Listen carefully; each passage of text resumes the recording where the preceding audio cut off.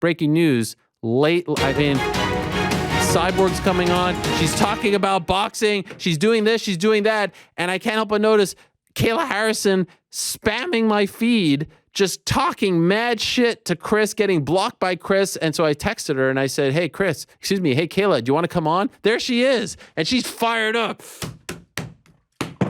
Whoa. What's going on, Kayla? I mean, I'm doing a live show right now and my whole feed is just you battling people. I mean, it's not really a battle if it's one-sided, is it? Wow. What's happening? Tell me. Did you watch the interview? No, I didn't. I just thanks a lot. I'm with my kids. Okay. Did you see clearly you saw the clips, the headlines, you saw something. Yeah, no, Dan and Richie sent me a group text like, oh, Cyborg just signed to do a boxing fight on Ariel's show. And then I said some choice words in the group thread. And then I was like, how many fights is in the deal? You know, I wanted all the scoop. So then I went and looked at your stuff and I saw that she signed and one fight deal. But okay. I have to say, she doesn't seem that interested in fighting me. Yeah. Or going to PFL. Yeah. I mean, I wouldn't be interested. You know, I'd be running too. Wow. There she is. Killer. Now, she said that her deal is up with Bellator, but she would like to do a co-promotion. And I said, well, if your deal is up, why don't you just go to PFL and make the deal there? She says she likes... She's the Grand Slam champ. You know, this is another... She could be like Thanos and have all the jewels. That's what she wants, right? That's a legacy that can't be tainted. I'm giving her the opportunity. Like, Well, so she also said no one has reached out to her. But when I spoke to Peter Murray last week, he said that there have been talks of they've reached out, this and that. So I'm not sure what to believe at this point. What do you know? I mean, I have heard from the PFL side that both John and Pete have reached out. So. Okay. And have they had any talks, any luck? The last I talked to them, Cyborg was a free agent. They were basically like, you know,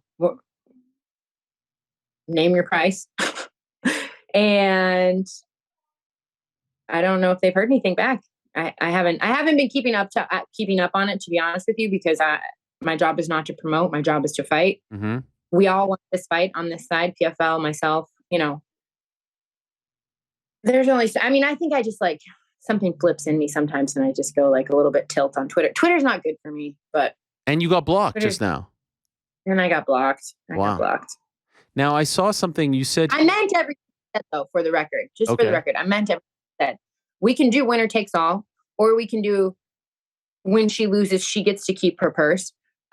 If she needs help getting the deal signed, I will call Peter Murray myself and Don Davis and ask them whatever price she wants. I will speak to them on her behalf. And I will go through a full USADA drug testing. I will be drug tested every day from now until the fight if she's worried about that. And she doesn't have to be drug tested at all. The only thing I ask is that they allow elbows. Why elbows? So I can put one through her skull. I mean, it's a good reason. You wrote, the irony. What is the irony? What are you referring to there? Oh, you know, the cans. I fight the cans. Everyone's a can, tomato can, Del Monte can, all the, you know, they're all cans, Coca-Cola cans. She's fighting someone who's 17 and 21. In boxing. Okay, in boxing. And then you wrote, come take the money and find out. Winner can take all. And then you tag PFL and Don Davis. Yeah. And then you wrote, I will also provide free managerial services. Tell me how much you want. I'll go see Peter Murray right now and get it for you. You're serious about this? Yes. Why did she say your own manager said you can't sell a pay-per-view if that isn't a red flag? I don't know. I have no idea what she's talking about with that. I haven't asked Ali about it. I think she's referring to an interview that he did where he's like, this isn't a big fight, but I think he was trying to rag on her rather than rag on... I think she's trying to... Right. You know, I disagree, by the way. I think this is the biggest fight that they could put on, and they're in the pay-per-view business coming up, right? Why wouldn't they want to make this fight? Do you believe PFL is serious about making this fight? Absolutely. They've told you this? Absolutely. Do you think she wants this fight? No. Not at all. No. I think that, again, we've talked about this. When I was a free agent, I took steps to make this fight happen. Did I or did I not? Yeah. You had an offer on the table from Bellator to fight in Hawaii in April against her, correct? I had an offer. I received an offer. I accepted that. PFL had the right to match that. PFL matched that. So, but there was no, like, everyone knew, like, why I was coming to Bellator, you know? And it wasn't because of PFL. It wasn't, it was for one person. It was for Cyborg. And I'm still trying to make this fight happen. You also... Even my manager, God bless my manager, even he's saying, listen, don't talk about this, girl. Just focus on your fight. Don't worry about this. And he's right. I probably shouldn't be talking about this. I should be focused on my fight. But it's like... This is good. You should be talking about this. I disagree. I want to make this happen. Like, I'm not fake. Like, this is what I want. I wanted to ask you about something else that you said. On second thought, you can have my purse if you win. Keep yours when you lose because you're going to need it. You are putting on the line your full purse, which I would imagine is a pretty damn good purse. If you lose this fight, you will give it to her. You're serious about this? Wow. 100%. This is crazy. I mean, it's amazing, but it's. I mean, you've laid down the gauntlet. Yes. By the way, just so you know, I don't think her doing this boxing match September 25th decreases the chances of this happening. I don't think so either, now that I know it's only one fight. Okay. All right. I think that what's going to end up happening, we talked about this before. Remember, I said, I think she's going to become a free agent. I think she's going to do this. I think she's going to probably go box. This is exactly, call me Nostradamus, okay? So what's going to happen is she's going to do this boxing match, and she's going to maybe do one more, and then she's going to set up a fight for her with your boy Eddie Hearn says that she could be a potential opponent for Katie Taylor. My boy. So then she's going to she's going to go fight Katie Taylor. Nah. And then I think the weight's going to be a problem there. She said 143. I don't know if Katie's going to go that high. And this boxing match, by the way, is 154. Where's Katie fight? Oh, Katie fights at like 135. Oh yeah, that's What? But here's a good thing. I took it as a positive. The boxing match is at 54. I saw that. Who fights in the 50s? By the way, I went to PFL last week thinking you were going to be on the card. You were nowhere to be found. I almost walked out. Put me in London. How do you feel about that? I kind of felt like the Stevie Ray, Anthony Pettis fight should have been in London, considering he's from Scotland, and you should have been in New York. Oh, interesting. I didn't really think anything about it, to be honest. How do you feel about fighting in London? It's been good to you, right? It's been great to me. 10 years, almost to the day, since I won my first gold medal. To the day, that's right. 2012. That's a nice story. Yeah. Yeah, so that's feel good. I got a lot of judo family over there. My Camberley Judo Club friends are all going to be coming out to my fight. I'm excited about it. I haven't been international in a while. It's time we go global. And when do you leave? Sunday, because the fight is next weekend. Friday. Can I ask you, by the way, this is an impromptu. This isn't a real interview, by the way. This is more of like you crashing the party as we're about to close shop here. I mean, I've been on the air almost 4 straight hours. I started the show very heavy heart, and I'm not sure if you had a relationship with him, but since you are, the face of American Judo, the great Judo Jean LaBelle, we found out yesterday, passed away.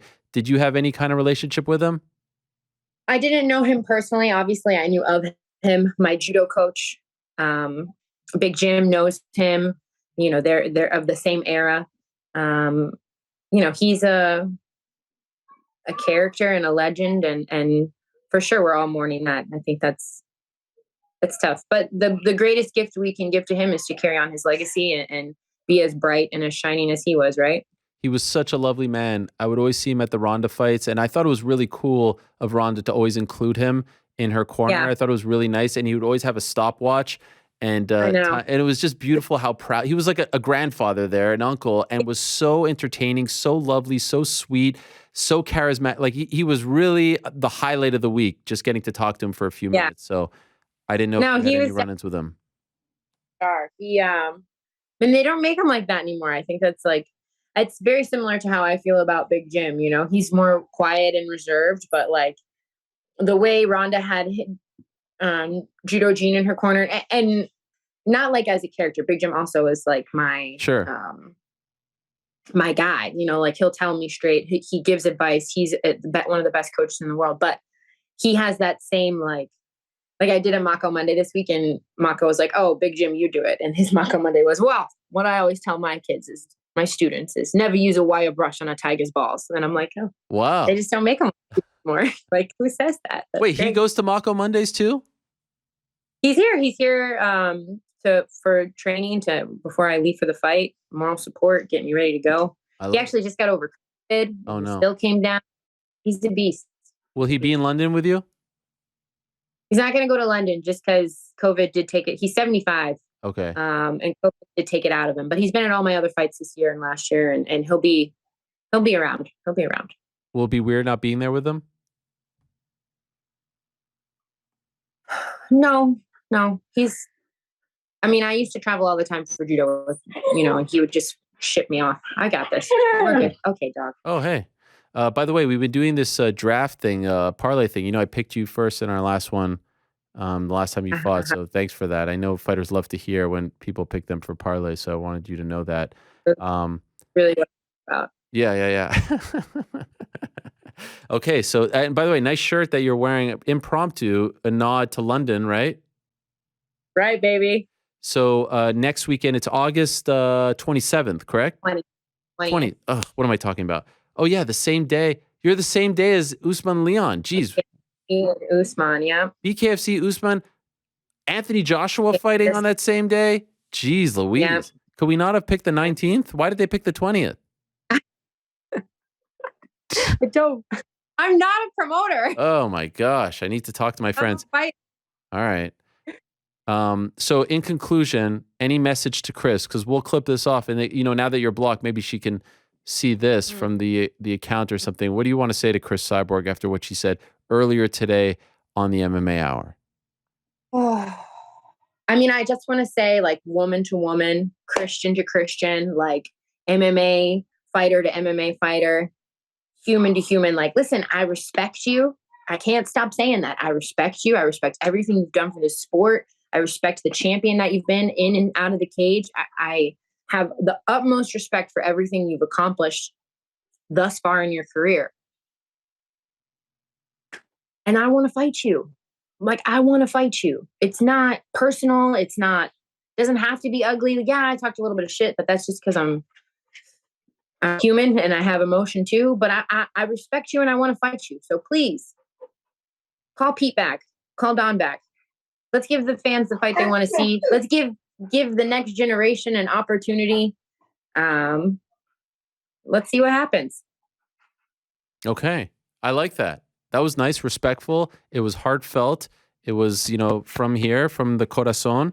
And I hope we can make it happen. I did get a message here from someone from PFL saying that they've tried to reach out. And I don't know if Cyborg's going to be mad about, you popping on here, but I do think it's important to get both sides of the story. And I didn't get the sense that she was too keen on this matchup, which is, I said to her, this is the biggest, I think the whole world wants to see it. And you would agree, biggest fight for you, right? I mean, there's only two fights that are big for me right now, right? Amanda, Cyborg. By the way, what'd you think of Amanda a couple weeks ago? Good fight. Were you impressed? Not.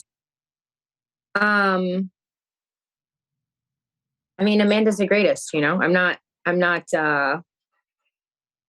to talk shit about Amanda. She did great. She looked good. Were you disappointed in some things she said about ATT, Conan? I was. Too far? No, I mean, I just don't,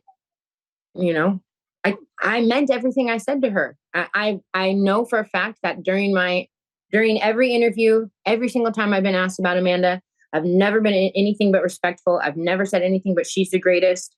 I value her as a teammate. I value her as a training partner. I respect her as a champion. I look up to her. She's one of the main reasons I moved to ATT. I'll never forget the first day I sparred her. I was like, I felt like I got hit by a Mack truck, and I was like, I got to go here. This is where I got to be. You want to be the best, you got to train with the best. And I did genuinely enjoy our training sessions together. I did consider her a friend, and I wasn't being fake or playing some game. Like, I have the emotional capacity to make business and other things. Like, I do like her, and I do want to fight her.